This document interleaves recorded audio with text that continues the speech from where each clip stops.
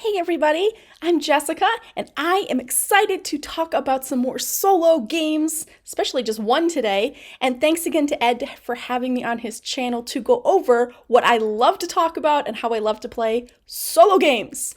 So I have been trying to play through a lot of my unplayed solo games. Getting them to the table is tricky when you have a 5x5 calyx here, a 5x5 calyx on the other side of the room, and just boxes everywhere.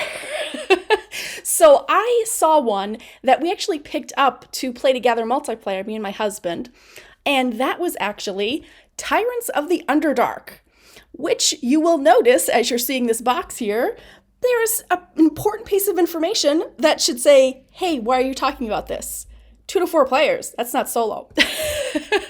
So I have actually, what I do is I check for unofficial solo variants every now and then for games that I enjoy multiplayer. And this one is unique because it's actually area control or territory control plus deck building. And those area control is actually a sort of mechanic that doesn't always work that well solo, and I don't really gravitate towards it because it doesn't work that well. So I have actually every now and then checked for a solo variant for this, and I found it. It came out last year. It's by Mike from the One Stop Co-op Shop, and I'll link it in the description here.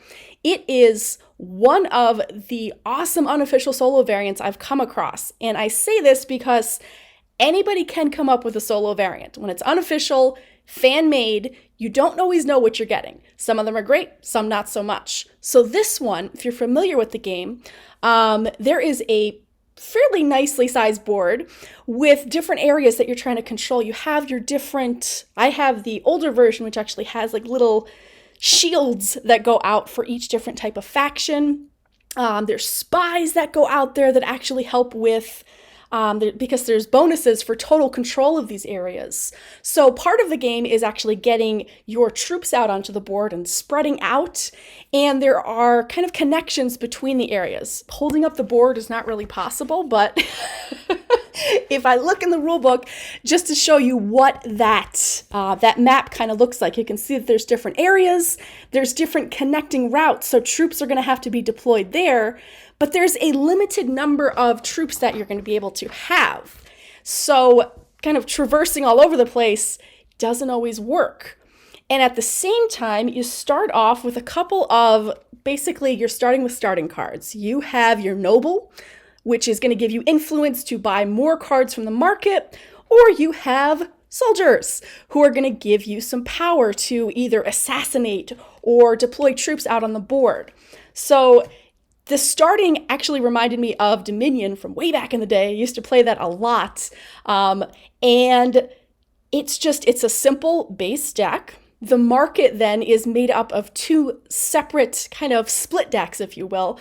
So you can kind of customize what you're playing with. And there are all types of cards that come out.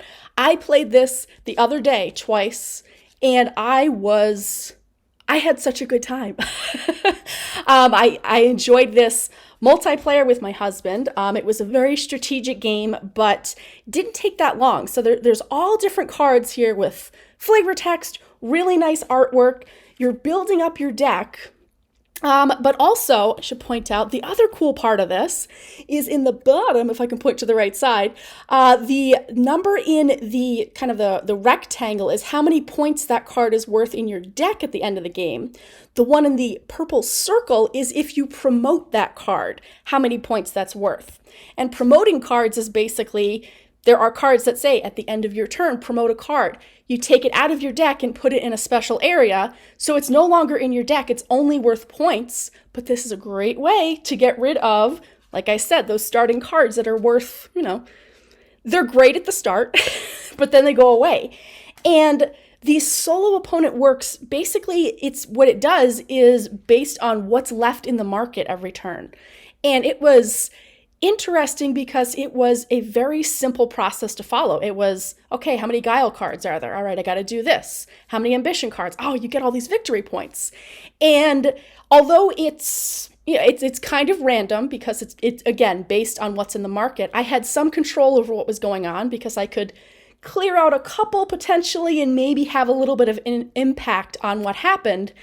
And then the board state was actually very, not, I want to say organic, which is not the right word, but it felt like I was playing another player.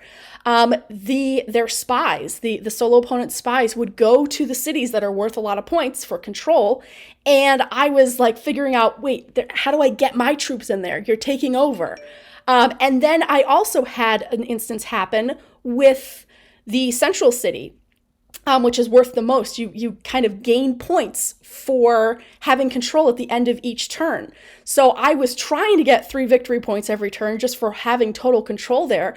And just the way that everything worked and how they had control in other parts of the board, that was a contentious spot. We kept going after each other there, and I was trying to work around and have my troops move around. But like I showed you again with that, go back to that real quick, how that board works, you're going to have troops in all of those spaces. Whoop, let's get it on the screen. But you have troops in all of these spaces around, like over here, only one troop can go there. So in order for me to move around, I potentially had to go assassinate a troop, which was not easy to do. So I was really excited about this one. And that's why I said, let me make a video about this, because again, Tyrants of the Underdark, you see the box. Whoa. But then you also see 2 to 4 players. And this is something that's part of being a solo player. I will see games that don't have a solo mode. I used to say, there's no solo mode, I never want to get this game, I can't play it solo, or, if I get it, I understand I'll never be able to play it solo. Now there's sort of this other, not undercurrent's totally not the right word, but sub-hobby or part of the hobby of actually searching for this solo mode for games that I know I can't play solo, but maybe somebody figured it out. And this one, I think, is a really excellent example of how somebody made something that really works well. I played on the easiest difficulty level. I won the first time, partly due to some luck, just in the way that the solo opponent actually put out a lot of troops towards the end, which didn't really help them that much. So that worked in my favor. But then that second game where we were sort of going back and forth over controlling different areas and where I was sort of stuck and not really getting ahead, I lost by about 11 points. So it was really close. But I can see where I have to sort of work on the different strategies and build up the card. Again, when you play, the market deck includes, I have like a tiny subset of what these cards actually are. The market consists of 40 cards from one part of the split deck and 40 from another. So you kind of have 2 factions. You can kind of mix and match those. A couple of them don't work as well solo, but the ones that I used, amazing. And then you kind of have your basic units that you can get out there to buy some of the lower cost ones. So this was just a really great game that I didn't think that I could actually play solo because, again, area control. So I guess the moral of this, or what I'm getting at, is that games that you don't think can be played solo, they may be able to have a solo mode. This came out in 2016. Again, I have the older version that has the plastic shields, some of the minis a little bit. There's a newer version that recently came out at a lower price point, includes the expansion, but it has cardboard tokens that go on those spaces on the board. So same exact game, just at a lower price point, and the components are a little bit different, but this is an awesome game, and one that looks like it's not solo, but it really can be played solo with that variant I mentioned. So I had fun with this. Hopefully this video shows I had a great time with it because I wanted to talk about it. So that is, again, Tyrants of the Underdark, 2 to 4 players officially, but there is a solo mode for it. I will definitely be playing again, and I know I will be back again to talk more solo stuff. So thanks for watching. Take care. Bye.